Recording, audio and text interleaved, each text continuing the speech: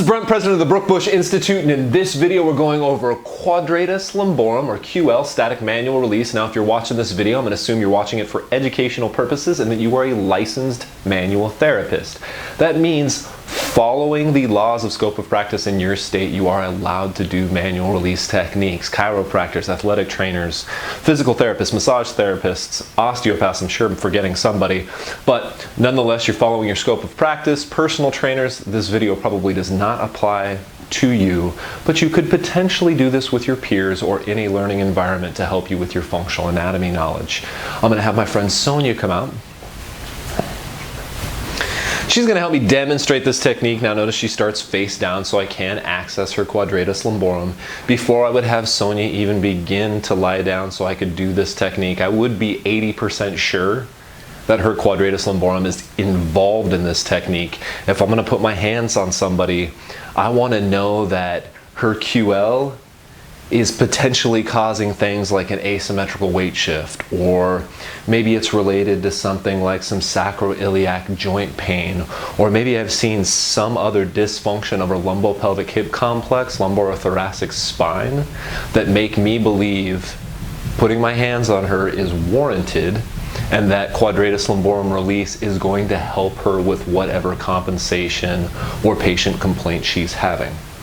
Now, all of our manual release techniques follow a very similar protocol that basically comes down to palpate and compress. But to get a little bit more detailed than that, we do need to know how to palpate this muscle. We get bonus points for knowing where the trigger points are, guys. I would start studying trigger point maps. They definitely help you with your hand placement and finding those overactive tissues.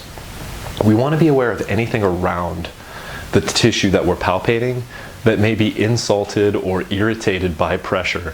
In the case of the Quadratus Lumborum, we do have to consider that it is a deep muscle, and on the other side of that is the viscera, specifically the kidneys. And then last, we do have to think about what is the best position for us to actually palpate and release this muscle. It's not just about patient comfort. Most therapists I see are great about making their patients comfortable.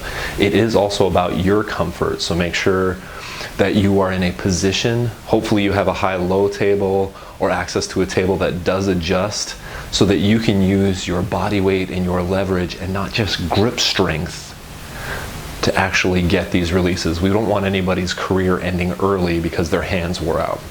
So to get to this muscle, I'm going to have Sonia here lift her shirt up to so that her belly's exposed and her back's exposed. I'm just going to go ahead and tuck this right up underneath her sports bra here so it stays out of the way. So do you mind if I move your pants here? So what I'm going to do with her waistband, guys, is I'm just going to put it right up over, I'm going to tuck it under, but I'm going to put it right up over her posterior iliac spine. And this is kind of convenient for what I'm showing you guys on film here, because I have her 12th rib right here, right? And then I have her posterior ilium, and right between that is her Quadratus Lumborum. The only thing we have to think about now is this is a deep muscle. So how do I differentiate this muscle from all the muscles that are on top of it, and also make sure that I'm not going so deep I'm just poking on her kidneys? I don't think Sonia came in here to get her kidneys poked on. So what I would suggest is if you put the borders of your hands on the 12th rib and the posterior ilium, you start almost all the way on their side. All right, so maybe just a couple inches from the most lateral border of their waistline. And then you dig in just a little bit and apply pressure toward their spine. So lateral to medial here. Unlike your transverse abdominis, external and internal obliques that wrap all the way around, your Quadratus Lumborum will have a defined lateral border. Right, and I found it right there. So now I got a nice lateral border, and I can follow that border from 12th rib to posterior ilium, maybe just for palpation skills purposes. But then when I actually want to start looking for trigger points and doing some release, we do have a little problem in our technique. You know, we can't just do those medial to lateral or lateral to medial strums we've done on some of the other muscles to find the tightest fascicle. What you guys are going to have to do is start at the lateral border, pick up your fingers and then move them in a little bit, strum a few more fibers, move them in a little bit, strum a few more fibers. So I'm kind of like walking my hands in towards her lumbar spine rather than just these broad strums I did before. It's the same basic concept. You're just going to find that if you try to strum this deep, you're going to get caught in tissue. And notice there's a nice tight fascicle there. Once I find this nice tight fascicle, I'm going to move either cranially or caudally, right? Either towards her head or towards her tail, to see if I can find if these tight fascicles are associated with a tight nodule.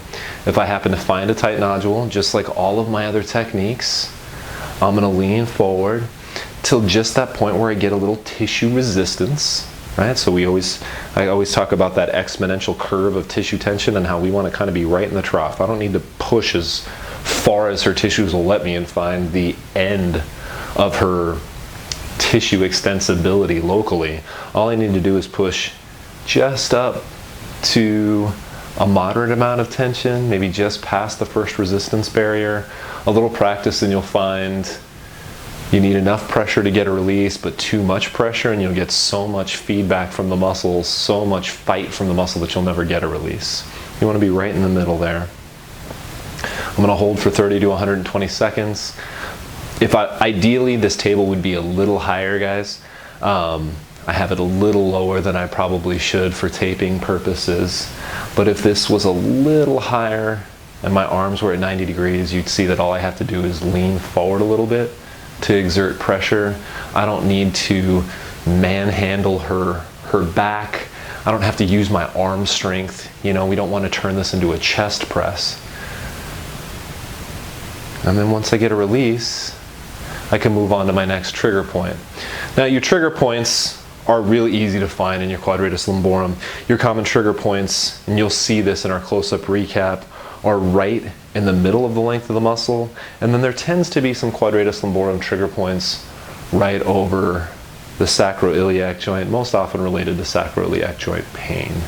All right, so after I did these, I might come down here, do my same palpatory techniques, find those tight tissues.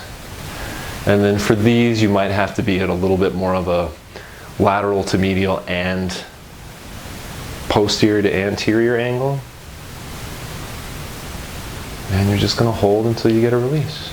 All right, guys, for the close-up recap of our Quadratus Lumborum or QL release, you guys will notice I have the trigger points already mapped out here, but they're pretty easy to find even if I didn't have them mapped out. This one tends to be right in the middle of the length of the Quadratus Lumborum. This one tends to be right over the sacroiliac joint, maybe related to sacroiliac joint dysfunction. So when we look for trigger points for the Quadratus Lumborum, when we look for those hypertonic fascicles, we are going to go from lateral to medial rather than posterior to anterior. As with the QL, we do have to consider what's around the QL, and the QL is a deep muscle. On the other side of it is our viscera, specifically our kidneys. I'm not really sure that I want to be applying a lot of pressure to the back of the kidneys, especially if I'm going to do this over and over again over several sessions, or I'm going to ask my patient to follow this up with a home exercise program that includes QL release. I'm not sure what that pressure over time would do to my kidneys. So I'm going to go ahead and take my hands. I'm going to kind of place the borders of my hands here kind of on her posterior ilium and her 12th rib so I know where I'm at. And then I'm going to use my thumbs to kind of brush over using my lateral to medial strumming to find the tightest fascicles. Just like I have with all my other muscles. I think with this muscle, you guys will notice, since it's deep to things like my latissimus dorsi, my transverse abdominis, and even to some of the fibers of the internal obliques, we're going to have to kind of pick up our fingers here, as opposed to being able to do this type of strumming, which we've done with other muscles. All I'm going to do is strum more superficial muscles if I do that in this case. In this particular instance, we're going to want to find that lateral border of the QL by going from lateral to medial, and then picking up our fingers and slowly going over those fascicles until we find ones that feel abnormally dense, abnormally tense.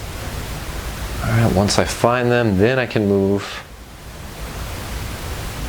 proximal to distal, or in this case really superior to inferior, inferior to superior, and I find a nice little nodule right there.